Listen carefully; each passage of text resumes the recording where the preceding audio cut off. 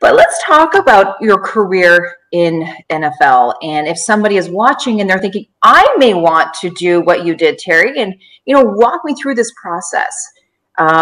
Being a scout, having that career. Terry, the floor is yours. And again, thank you for joining us. Welcome to the PlayCallers podcast, discussing current sports news and headlines behind the scenes of athletics and life after sports. We talk about the real stuff of the sports world, and anything goes. Are you ready?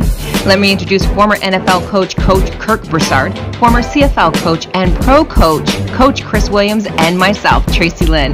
You can find us on Facebook, YouTube, Instagram, and wherever you get your podcasts on all major platforms.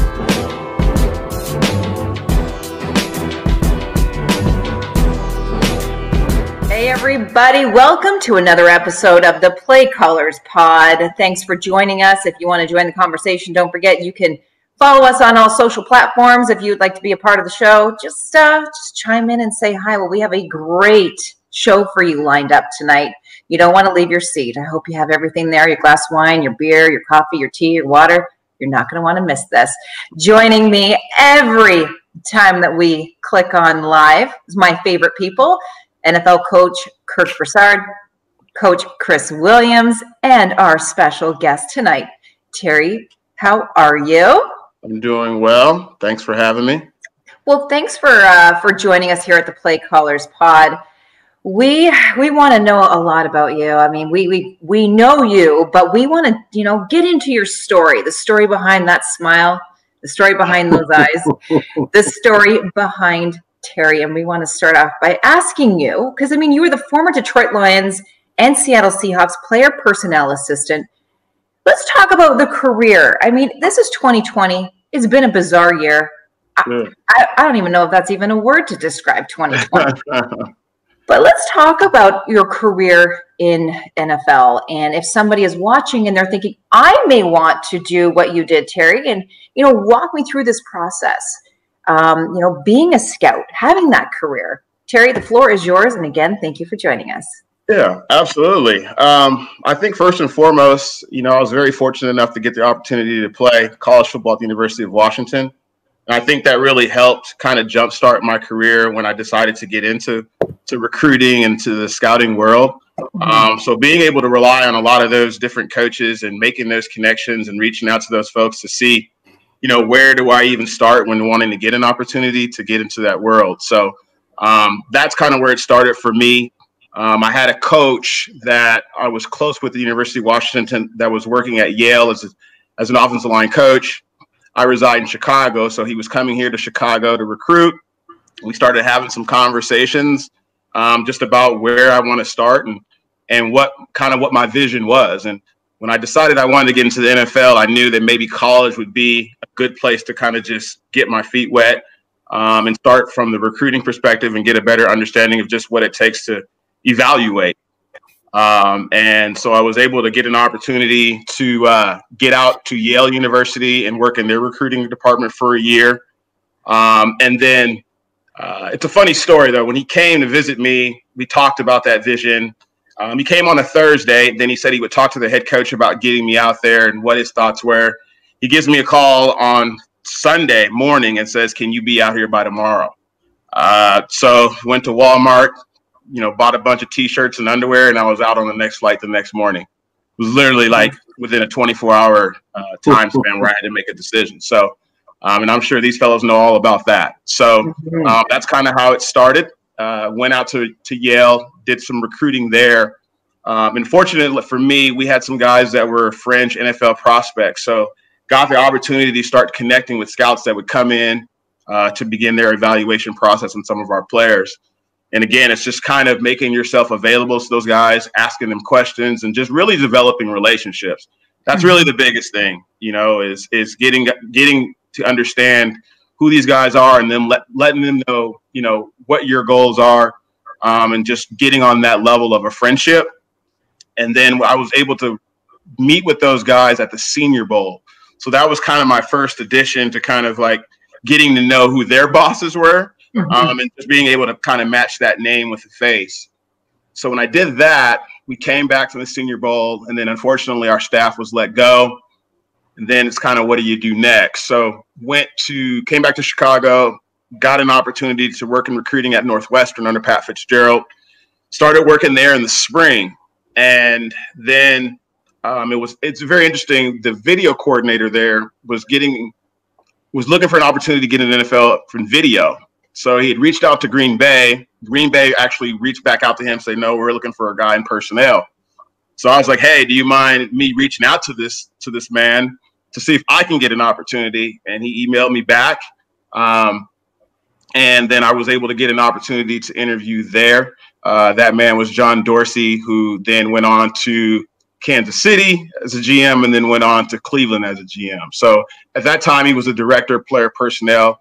They had an internship opportunity there. So I go in there and I interview. He told me after a couple of weeks, he would let me know if I was going to get that opportunity.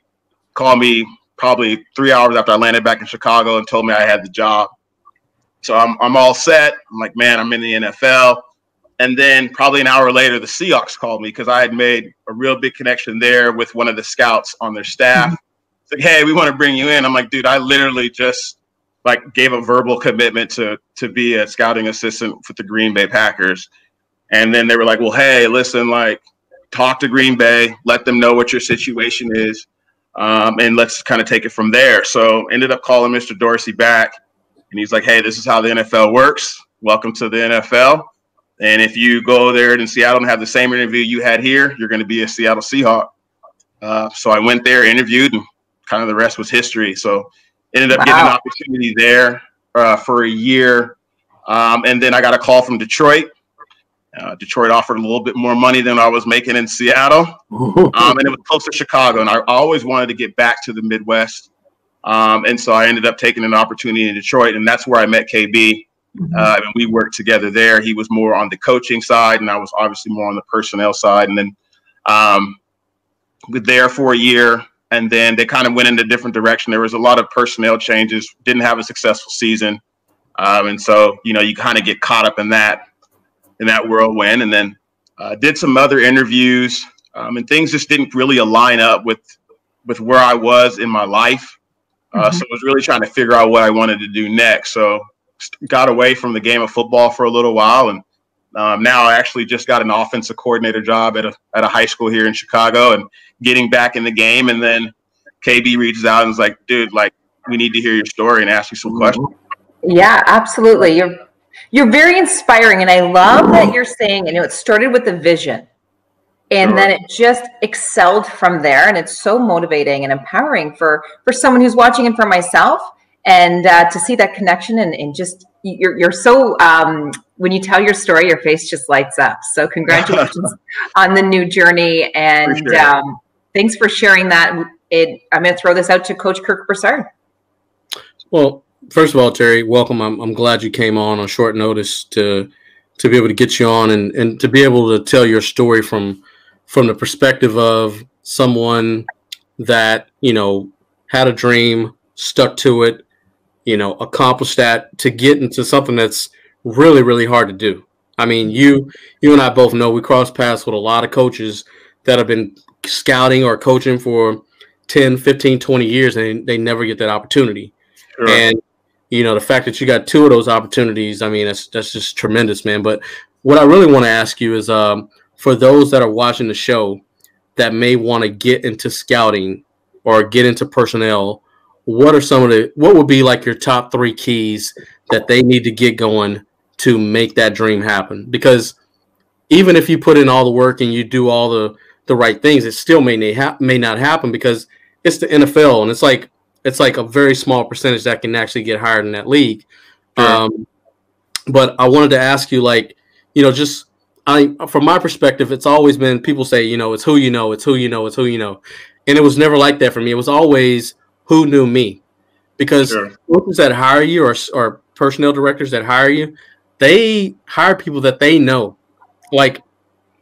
I know everybody in the NFL's name and what their picture looks like because I've found on the internet. I know them, but if they didn't know me, I didn't get hired.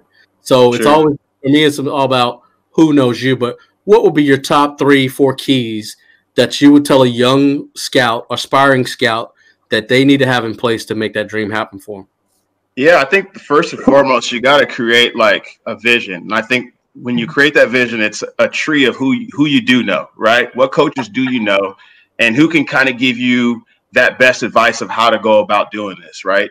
Whether that's a mentor or a position coach at any level that you played. I think you kind of start there, right? Fortunately for me, I was able to reach out to people because I played at a high level in college, right? So that worked out for me. But I would say, secondly, I think the biggest thing is being professionally persistent. You got to be okay with no's. You got to be okay with people not responding. And you just got to power through that and, you know, kind of maybe create a cadence or a sequence of when you're going to reach out to these folks. Maybe that's once every Friday at 10 a.m. Just be consistent with your reach out and the way that you do that. That's huge, because a lot of times the folks that I did talk to that I didn't know, they read what you say, but they want to find out, like, how passionate is this guy? How bad does he want to get into this building? Right. So I think those are the biggest things, and just maintaining a positive attitude. Like I said, you're going to hear a lot of no's, and you're just not going to hear back from a lot of people. So just getting creative in your messaging, and just continually to be consistent, because like you said, like when you look back at it now, it's like, dude, I don't even know how the hell I got into the building. You know, there's just so many people that want to be there. Right. And there's so many people that when they get into it, they want to be a GM. Well, there's 32 GMs in the world. Right. Like you got to be okay with being in the building and maybe finding a specific role, and like, hey, are you okay with being like an area scout for the next 20 years? Because that's probably what you're going to end up being. Yeah. Right. So like, you know, I would say that's like the biggest key is just staying, you know, persistent and being positive about it, because you're not going to send an email out and somebody's going to respond the first time that you do it. Maybe not even the fifth or sixth time you do it, but you continue to do it. At least getting some type of feedback, it'll go a long way. It'll go a long way. Yeah, and just to capitalize on what you just said, like, you know, for me, I used to send off resumes to every team for 5 years. I have shoeboxes and shoeboxes full of rejection letters. I saved all my rejection letters, and I stack the boxes up. And when I do my kids camps, because kids today, all the kids want instant gratification. Right. I take these shoeboxes full of rejection letters from every team, and when the kids are sitting out in front of me and I'm talking to them, I just start dumping the boxes out on the kids, all of the letters. And the kids are like, what's these? 49ers, Buffalo Bills. I got a rejection letter from the Buffalo Bills in the same year I got hired with the Buffalo Bills. Wow. I got a letter from the Lions the same year I got hired and I met you. And the kids are like, what are these letters? And I'm like, this is how many no's I had to get before I got a yes. So don't expect it to walk into this. It may not ever happen for you. And I always had the philosophy, and maybe I don't advise this, but as a kid, I never had a plan B. I always just had a plan A. It didn't matter what you told me. I was gonna be in the NFL, guaranteed. I didn't have no plan B. It was only plan A, because I knew with persistence, it was only so long you could deny me. Only so long. At some point, it's gonna happen. And the NFL is a big dream. And I never forget my first day with the Minnesota Vikings. I'm in the bathroom, using the bathroom, and the head coach of the Minnesota Vikings comes up behind me, puts his hands on my shoulders, and he says, "Are you Kirk Broussard?" And I said, "Yes, sir." I look at Brad Childers, and he said, "One thing I can say about you, you are persistent, MFer." He was like, he's like, you kept. I called the Minnesota Vikings for 5 years. Well, I think that's why we all get along, because we're all persistent pain in the butts. Yep.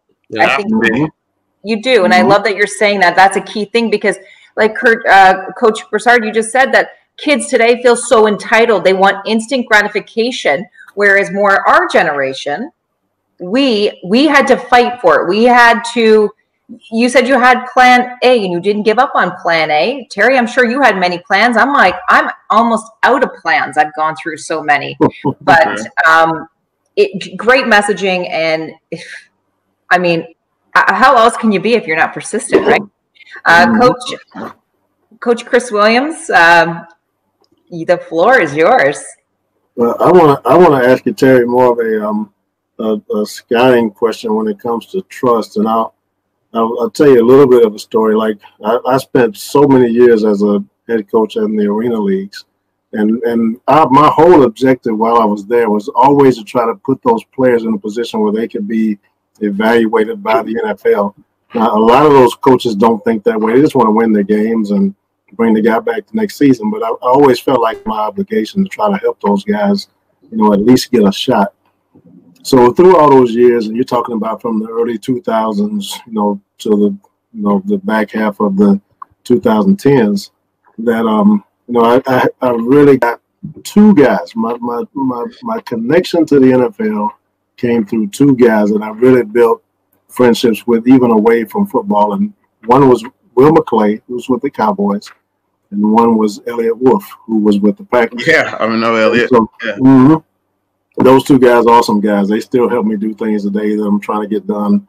In the football world, they still help me with that stuff. But those two guys, it got to the point where, if I couldn't get anybody else on the phone, I would always call those guys. And it got to the point after year 5, after year 10 of knowing those guys, if I called them with a player, they would, and I said, hey, this guy deserves a look. This guy, and both of them, they would say, hey, well, I've got an area scout here. I've got a guy there. I mean, they would set it up and really help me get these guys some looks. Now, some guys would get in the camp, some guys wouldn't. But I guess my question to you is, when it comes to, and especially coming from the level that I was coming from, I would ask you, when it comes to helping a street free agent guy get an opportunity, how much does that trust come into play? When people are coming to you and when you're thinking, okay, well, I trust this guy's opinion, how much does that come into play over the actual talent of the kid? Do you listen to certain people more so and say, hey, I probably should look because it's this guy telling me? Or how do you play that? Yeah, I think that was one of the things that was challenging for me when you're lower on the totem pole and you're new to an organization, right? The first thing that you have to do is be able to earn that trust, especially when you're talking about roster moves, right? And bringing in guys to help contribute and compete to help you win football games. So I think that was one of the things that Sheldon White, who was my boss in Detroit, did an excellent job of allowing me to build that trust within the personnel department and really give me the opportunity to say how I felt. And I think that's a hard part. And you know that well, Chris, right? Like you get in a room with 7 or 8 guys and you feel different than those guys and you have to stand your ground, right? Well, maybe they are right about this receiver. Maybe I don't like him as much because I want to be just like everybody else in the room, right? Especially when you're the new guy. So I went through a couple of those different situations where I was like, no, I don't think he's that good, and I think we have somebody that's better that we're going to work out on Tuesday based on the film that I've seen, and it's all things that can, it's all subjective to change, right? Because you could look at 3 games of a guy where he didn't look that well, and I look at another 3 games and he looks like an All-American, right? So there has to be some common ground there, but I think trust is more important than the tape itself, 100%. Yeah, especially when you're talking about getting guys to sign contracts and paying them money. So. Yeah, I can definitely see that being the case. And if I'm going to squeeze in another question here, I would ask too, and I'm only leaning back to what my tie to the NFL would be. But when we're trying to help those guys, say if a kid gets a workout, say the Cowboys actually work a kid out, and we had been calling every other team and couldn't get him a workout, but then when the Cowboys work him out, then all of a sudden he gets 6 more workouts because the Cowboys worked him out. So where does that come into play when it comes to teams? I mean, do teams really pay attention and say, okay, well, if he's already worked out there, maybe we should look? Does it work that way? There's some copycat stuff going on, definitely. A guy's name gets kind of buzzing around, and then everybody finds a way to like that kid. Right. And we see it in drafts every single year. Right. There's always going to be that quarterback that comes out of nowhere and goes higher than what he should because one person fell in love with them and then everybody else feels like they have to as well. So that definitely happens. I think it happens more in today's world, just because of the way the media is today, and so many folks have their opinions on who they think is the best player and who should go here and who should go there. So I think it's just like, the good organizations or the great organizations can kind of block that out and stick to their evaluation process and bring in players that fit their system. That's why you always see the same 5 or 6 teams competing for championships every year. Yeah, in my opinion. It makes a lot of sense. A lot of sense. Terry, I want to talk to you about NFL and anybody right now, player that's sticking out, because I know that I watch the game very differently than you, than Kirk, than Chris. Because listen, I watch it. I'm very competitive. I don't yell when I watch it, but sure. I am very passionate. That is for sure, and I believe that we watch things very differently. So, is there a player right now that that kind of wowed you maybe this season? I would say Kyler Murray, the quarterback at Arizona. I think he's taken his game to another level. I just wasn't sure, obviously with Cliff Kingsbury coming in and kind of running that college Texas Tech air raid style offense, you didn't know how long that would be able to last when guys got a year of film on that. But, he can make every throw from every platform. The guy's, 5'9", 5'10" at best. He can fly. He seems smart. And he's really carrying that team offensively. And it's pretty impressive to see for a guy that, chose football as a backup option. And to see him playing at this level, guys like that aren't supposed to be able to be doing what they're doing in the NFL. It's not supposed to be right. Yeah, there's been a lot of surprises this season, that's for sure. Now, we talk about the pandemic this year, COVID, and we talk about the recruiting process when it comes to either high school, college, pros. How has it changed? Do you think that it's changed for the good if they keep these rules and perspectives into place? That's tough. Obviously, this has been tough on everybody, but it's just hard, right? Because you're getting games canceled, and it's just hard to get any type of rhythm. A lot of these kids, especially from the collegiate level, even the pro level, they haven't had any type of off-season programs, so they're just kind of like winging it in order to give us, the entertainment that we all want to see out there. So I think it's a little bit tougher when you're talking about the evaluation process, even from the collegiate level and then in high school. My team right now, we're not even able to start doing anything until March of next year.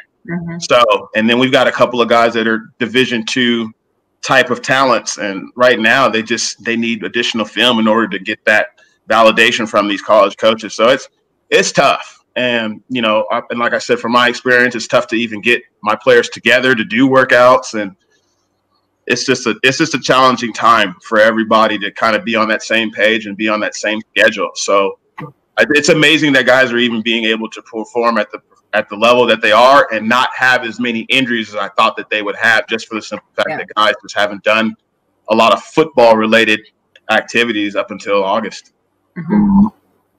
I think, just to interject on that, I think, so the transfer portal is a popular thing now.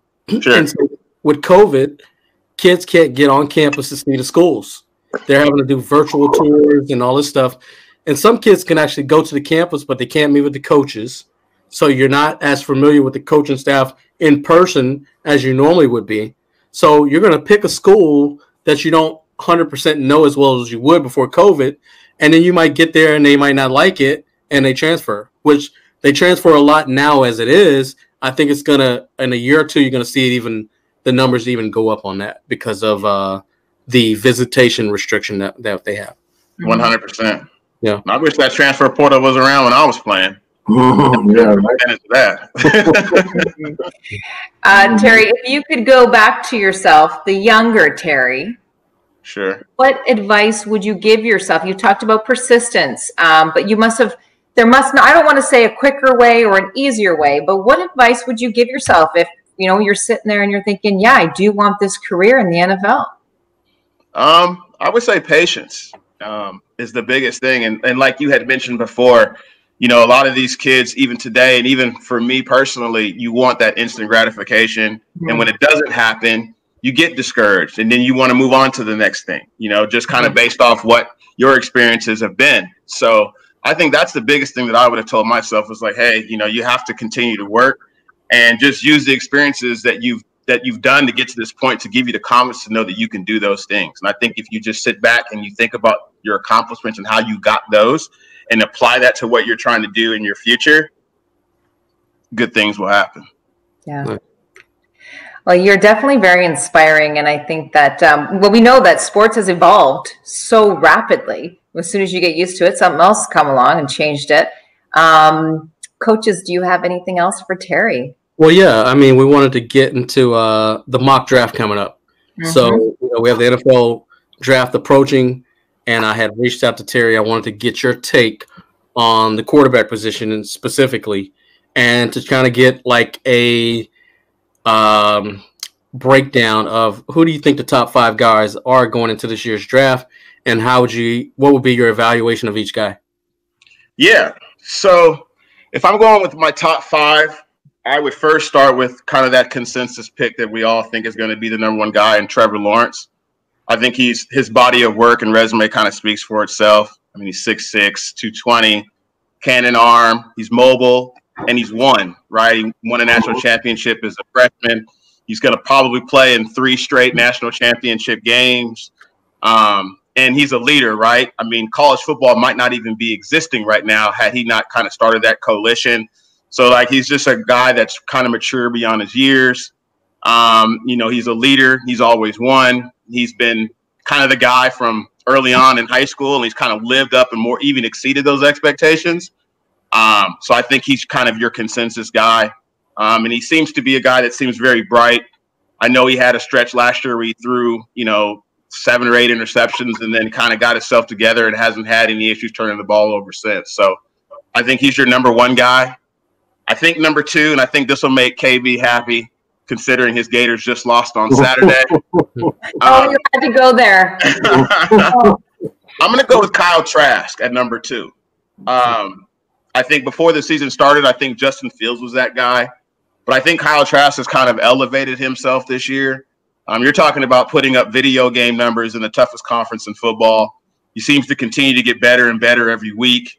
And then when the stage is the brightest, he seems to play the best. And not only that, I mean, he's 6'5", 240. So he's prototypical size. He's got Ben Roethlisberger type size. He's got a cannon of an arm, and he's mobile enough. And I think he's not a guy that's going to pick up a chunk of yards and runs down the field, but he's mobile within the pocket, and that's even more important. And he has that. And now that he's gotten his 2nd year under his belt, he's got enough games and enough film to feel comfortable with taking him with a high pick. And also, with these video game numbers, he's done a lot of that without his best player, Kyle Pitts, being in and out of the lineup. And it has not changed those numbers. So I think he's kind of moved himself up into that number 2 category. I think number 3, I would go with Justin Fields. I think out of all the quarterbacks, he has the highest upside. I mean, he's about 6'3", 230. I remember Urban Meyer saying that he ran a 4.3 the first spring that he was at in Columbus. So, you know, if he's able to do that, then there ain't no way he's going lower than number 2, right? But I really like him. I think he has the most upside because of that athleticism. He has an above average arm. I think last year he really came onto the scene, obviously his first year in that system under Ryan Day, and he did a great job of protecting the football. I think he only had 3 picks last year with 41 touchdowns. But this year, though, against Indiana, who's the best team they played, he actually had 3 interceptions in that game. So that's a little bit of a red flag, you know, just because that should not be happening in the 2nd year in that offense. And also, you know, they run a very simplified offense for him, right? He's not doing a lot of pre-snap stuff before the play. He's kind of looking over, and Ryan Day is kind of getting him into that play to have success. So I think that's going to be an adjustment. And so I think the team that takes him is going to have to be a little bit more patient than maybe first thought. But I think his upside is there. And then there's also, you know, kind of that stigma. Ohio State quarterbacks don't have a lot of success at the next level. So I think that's going to be something that he's going to have to overcome as well. I think that 4th quarterback right now for me would be Zach Wilson from BYU. I mean, he's fun to watch, right? He can kind of throw the ball from any different platform. And he's just improved so much from last year. He's got a cannon for an arm. He can run. He's got great decision making, and he just seems to elevate those guys. I think the big thing for him is the level of competition, right? You're going from New Mexico's defense to the National Football League, so that's going to be an adjustment, right? And then they did play Coastal Carolina, which was like their big game, and he didn't play really well. So I think there's going to be some questions about that, right? Everybody was kind of on the Zach Wilson train. He gets his chance in the national spotlight, and he comes up short. So I think, he needs to continue to improve there. I don't even know if they have any games left, but I think, that's going to be something that, these evaluators are going to have to look into. And he's only about 6'2", 215, right? So if he's 215 listed, he's probably right around 200, 205. So that kind of worries me about his frame of being able to stay upright and healthy. The higher you go in the draft, probably the worse your offensive line and weapons are going to be. Mm-hmm. So I think that's an area that you have to kind of take in consideration as well. And then I think that fifth guy, I'm going to go with Trey Lance from North Dakota State. I think he's another guy that's got a ton of potential and upside. I think he's about 6'3", 225. I think he ran for even over 1,000 yards, threw 25 touchdowns, had 41 total touchdowns, no interceptions. So obviously he's a protector of the football. And, Carson Wentz had some success coming out of there too. So that bodes well for him. But again, obviously the competition level is going to take a significant jump when he gets to that next level. I think he's another guy that's going to need some time. And then he didn't play this year, right? So you're talking about a one-year starter that had a heck of a year, won a national championship, and didn't even play this year. I think he had one maybe spotlight game that they played, and he played okay. So I think if you're getting him, you got to know that he's not going to be ready day one. I think there's got to be a plan in place. But I think, if he's brought along the right way, I think he can have some success. But I think those guys 2 through 5 need to be in the right system for them to have that success, and have a real plan for them. But I think, Trevor Lawrence is kind of like head and shoulders above those other guys. No Mac Jones. I know Chris was waiting on that at 5. I think he's right there. I mean, he's having a heck of a year. Again, he's putting up video game numbers as well too. It does help that he's throwing the 2 first-round picks. Obviously with Waddell being out, but it's always the next man up at Alabama. We all know that. But he's having a heck of a year. But I think he's more of a second or third round guy. He may go higher than that. Who knows? Depends on kind of what he does at Pro Day and his combine, those things. But he's right there. It was kind of going back and forth between him and Trey Lance. But I think Trey Lance, because of the upside, I'd probably go with him at 5. Yeah. I mean, Chris had an interesting perspective on that. Chris said that A.J. McCarron is better than Mac Jones. And we see what kind of quarterback A.J. McCarron is in the pros. Right. So it was pretty interesting. I would agree with that. Yeah. The 5th round, he's a 5th round guy. There's no way Mac Jones is really worthy of being better than that. You know what I mean? So I agree. I try to be objective. Even though I'm a fan, I still try to be objective, right? Yeah, absolutely. Not everybody can do that, Chris. I mean, even though I'm a Gator fan, being objective of Kyle Trask, I mean, he still has a lot to work on, but when you look at his tools, he makes a lot of tight throws with pressure in his face in tight windows. And like Terry said, he's not fast, but he moves well in the pocket, and he is able to throw at some awkward angles and make some accurate balls. And his performance does not drop off when Pitts is out. He's still hitting them. So I'm really going to be curious to see Trask's performance in the Senior Bowl. He accepted the invite to the Senior Bowl. He's going to be with receivers that are unfamiliar, and I really want to see his performance in that game. I think he'll do well. There's something about him. He seems to just have it. He doesn't get rattled. He's like Brady. Warren Sapp can rub his butt in his face, and he just gets up just calm and cool and just goes back to work. Yeah. So I gotta ask you this, man. And I can hear it in your voice, and based on what I'm hearing come out of your mouth, and the fact that I'm putting the 2 and 2 together, that you're also an offensive mind. as an offensive coordinator, and you played the game at a high level at Washington. I tried to play the game at a high level, Chris. Well, hey, I mean, playing at Washington, I mean, that's a good league to play in now. Appreciate it. But my question is, when you're breaking down film and you're looking at it, especially these quarterbacks, like most guys, if you didn't play the game, you're just a draft guru. You don't really understand what extra to look at. So you're looking at arm strength and all these other things you're looking at when you didn't play. Even if you've got years as a scout, you still don't necessarily go the extra mile. So I would ask you, like when I was breaking down film and I was evaluating guys, of course we see the arm strength and all that different stuff, but I would always look for certain things like, where's this guy on third down? How does he perform on with his back against the wall on certain down and distance? So I would ask you, how much of that do you bring in as a true football mind to the scouting piece over the top of what a normal just scout and talent evaluator would put into it? Yeah, so Sheldon White told me that's one of the more critical things that you need to do when you evaluate. So I think with the quarterback position, what I was always looking for is like, what does he look like after he just got sacked? What does the next play look like when he's hurting and when he's in pain and it's only second down and 16 and he's got to figure out a way to get more yards and everybody's depending on you. So I want to see what he looks like in any type of adverse situation, like you said, third downs, and then who are they playing, right? Like I don't want to see Kyle Trask against Vanderbilt. I want to see him against Alabama, right? Against guys that he's going to be playing against in the next level. And just how does he kind of respond to adverse situations, or what does he look like after he threw an interception, right? Yeah. What does that look like? And those are kind of the things that you look for, right? Because they're all going to look good when they're throwing touchdown passes, and they all look beautiful when they're standing tall in the pocket and nobody's touching them. But what did they look like, after they've done something that they need to be accountable for, right? And so those are kind of the things that I look for. How hard is that? How hard is that for guys that don't have that playing and true background as a player? How hard is that for a young scout just get thrown into scouting? How hard is that for that guy to do?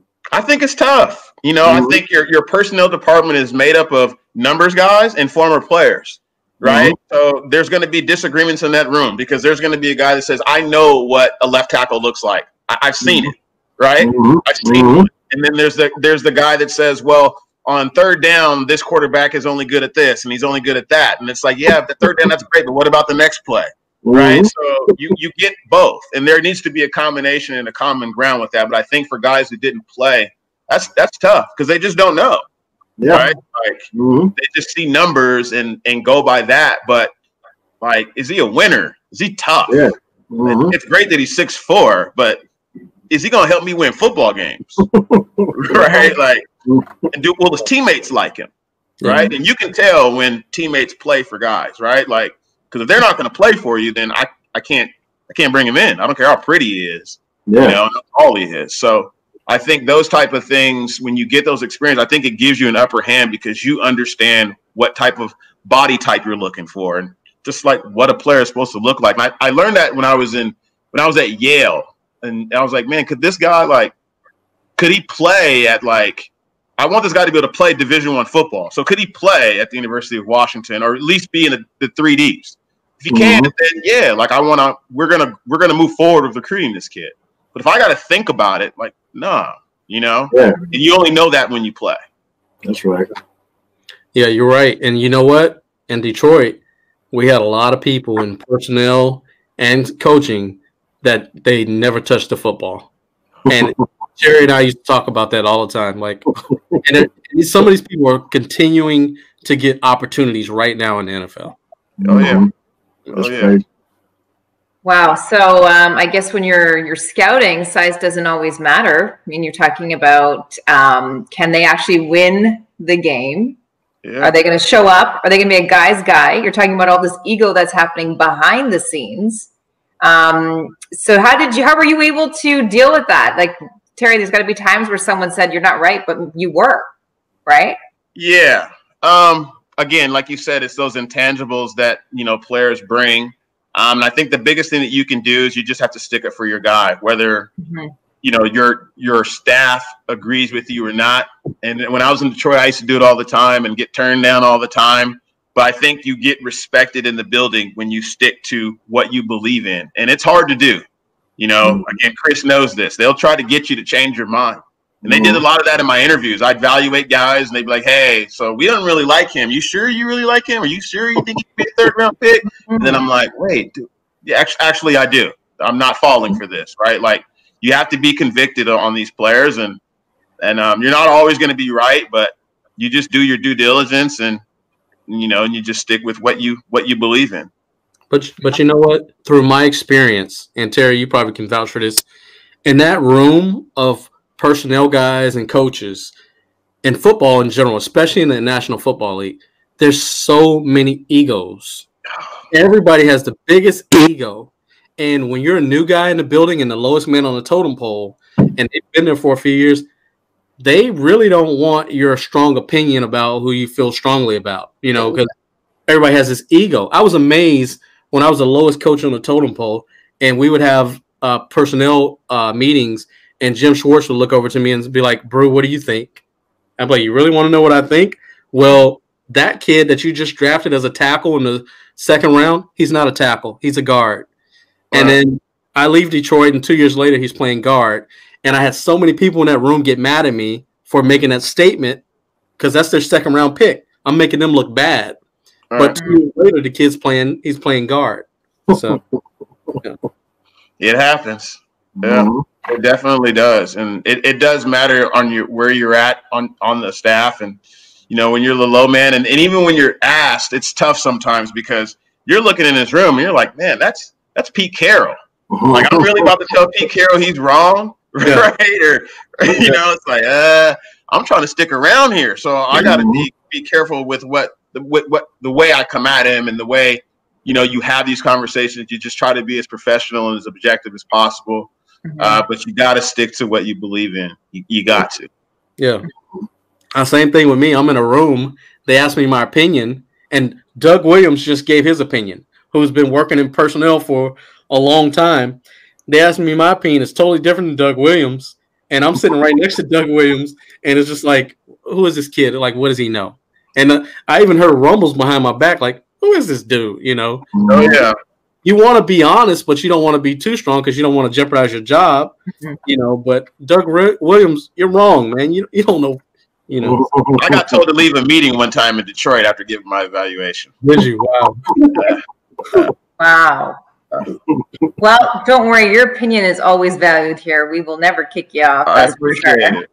They let me back in later on that day, so that was all right. But that's good, gentlemen. Do you have anything else for Terry for tonight? No, I appreciate him coming on. Thank you very much. Yeah. Thank you, Terry. Very much. Yeah. Chris, appreciate it. Absolutely. Well, Terry, really appreciate taking the time out this evening and speaking with the PlayCallers pod. We will put up your social media links as well because we want people to follow you. You got an incredible story. You had lots of advice. And again, we really appreciate everything, gentlemen. It was a great night, and I look forward to seeing you next week. Sounds good. KB, nice meeting you. All right. Have a good night, guys. On Facebook, YouTube, Instagram, and wherever you get your podcasts on all major platforms.